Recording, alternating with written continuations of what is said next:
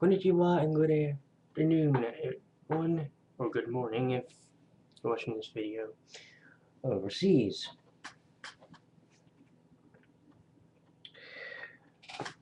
Today we are going to do a video in which is about a bit of a story, if you will. How a band from my childhood helped influence what band I'm listening to in the here and now. Okay.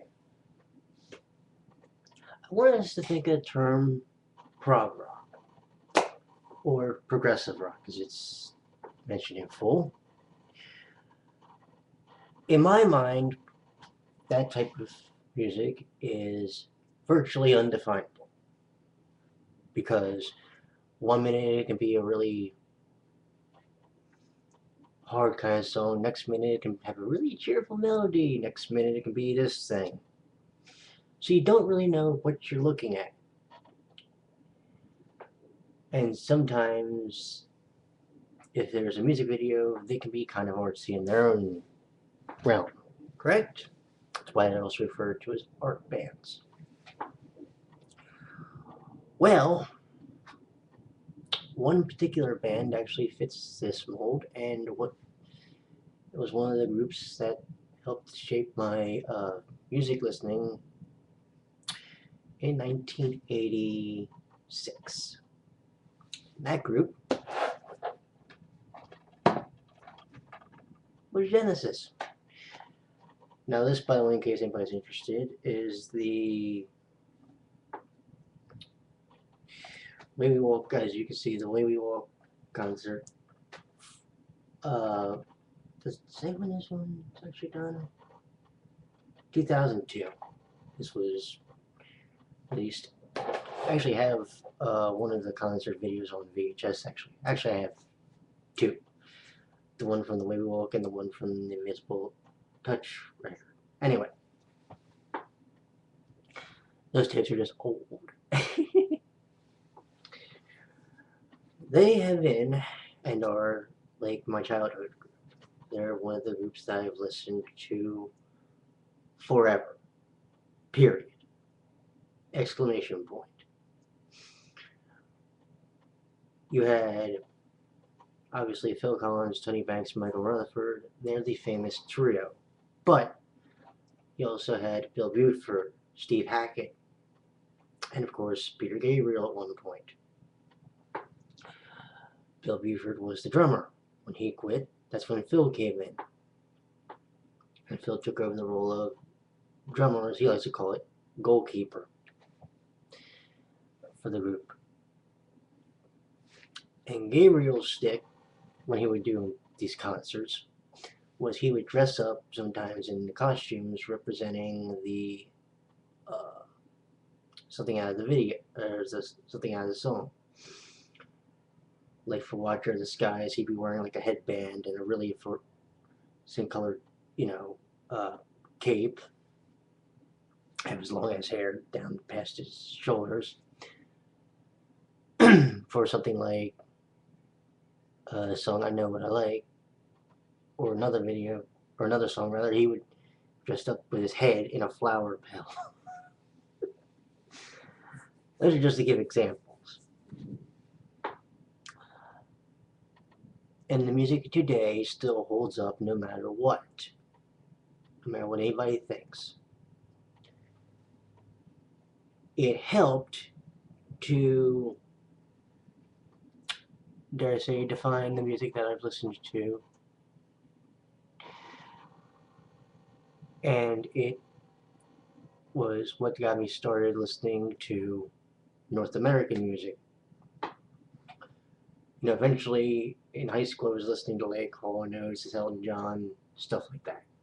You know what I'm saying? But when Genesis officially disbanded in 1993, yes, they did try again with another lead singer named Ray Wilson, but didn't really work out, did it? When Genesis disbanded in 1993, I sat there and I thought to myself, who could be the next Genesis, or who could be the next group similar to them that I could really follow and get into and interested in? Well, in America we have Maroon 5. That's an obvious choice. But they're not like the old days of, say, Genesis. So who could really take that lead and grab it? Who could reach for that grass ring and just, grab it and hold on to it for a good long time? And specifically, could there be a genre that could be very similar to the progressive rock movement? And that is when it happened. You see, in about, and I checked this on my Amazon thing, 2010, 2011, around there,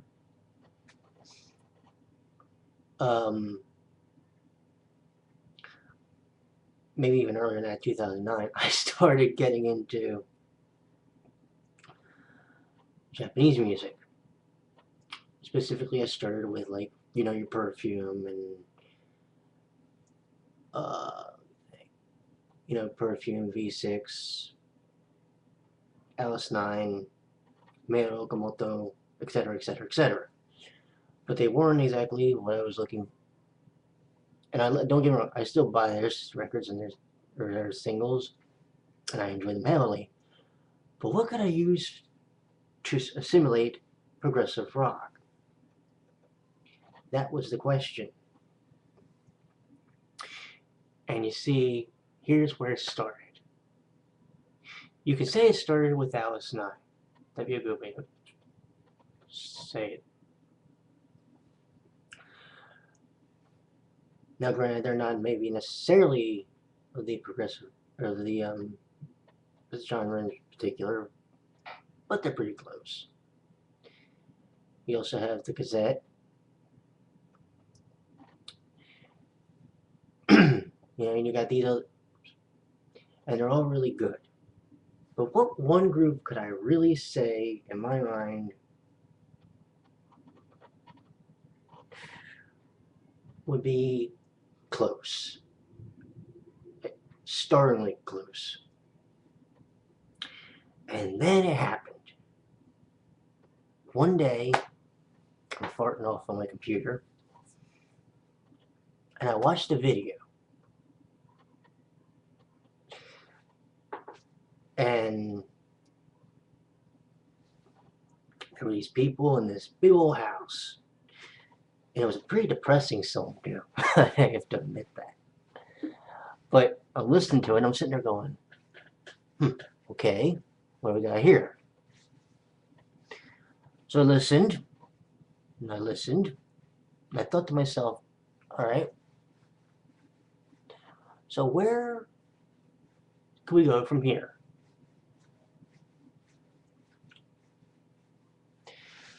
So I checked some of the suggestions or related videos, however you want to call them, and there was the Revenant Choir and the Ascendant Master from the same group.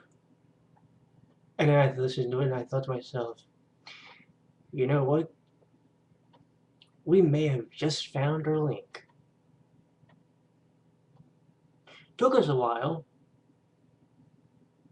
Took us about 20-some years. Well, actually, okay. Took us about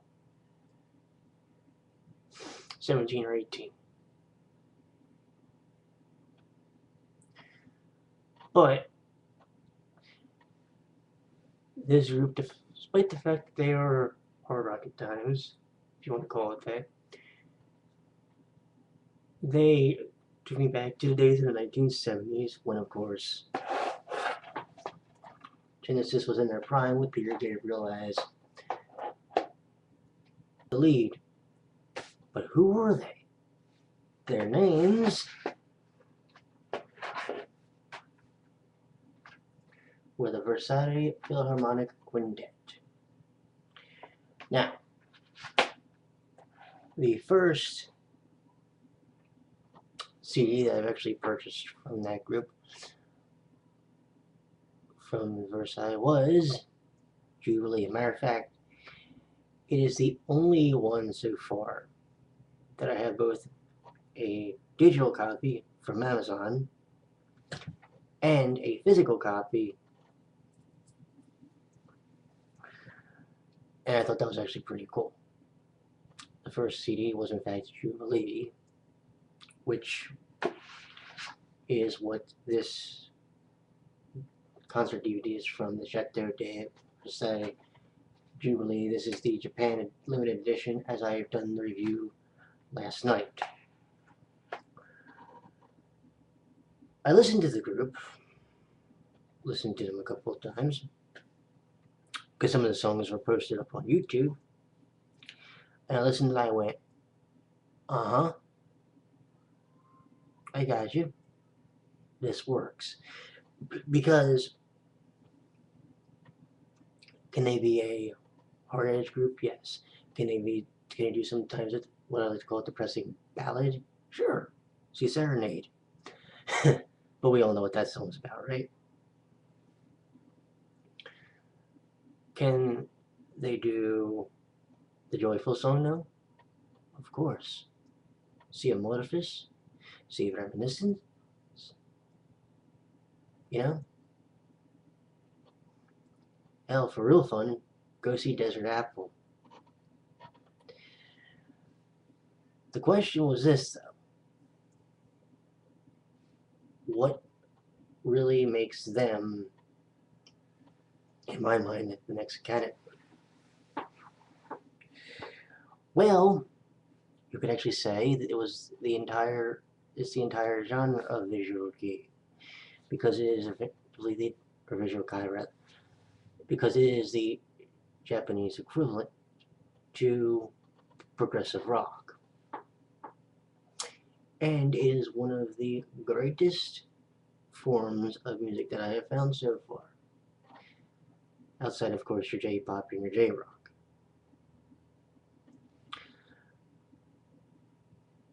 It should also be known that a group such as Versailles has a pretty large fan base. How big? Well, according to their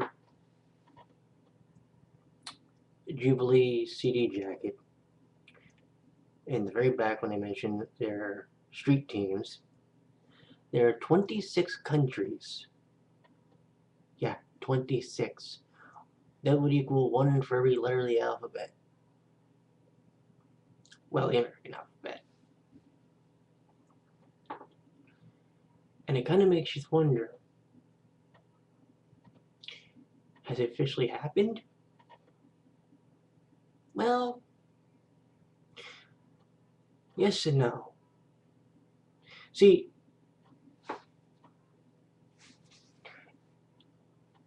Genesis was able to appeal to the people outside of England and the UK in general. Americans, Canadians, Russians, wherever. Yes, there's about as many street teams as there are letters of the American alphabet for Versailles, but they may need to do touring a little bit more outside of their home country.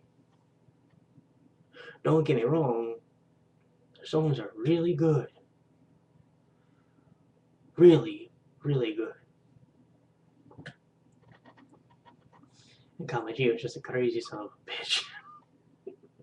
He's about as goofy as Phil Collins was back in the day when he was the front man for Genesis and he was just doing, say, the Invisible Touch concert that was filmed at Wembley Stadium.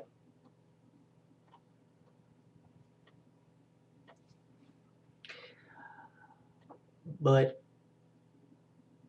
maybe it's just me.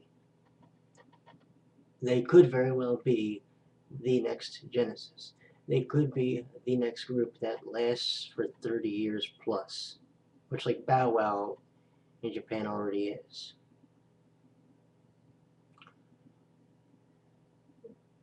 But maybe they need to start coming to America and countries closer to the West a little bit more frequently. I'm sure their fans would love that.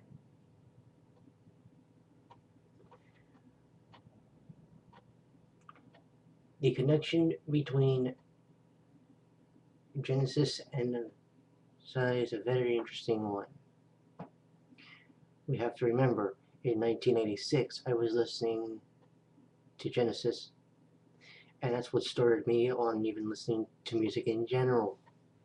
They were the group of choice that I listened to almost exclusively up to high school.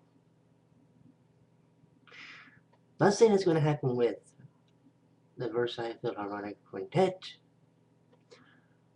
but it is in fact pretty darn, they're in fact pretty darn close.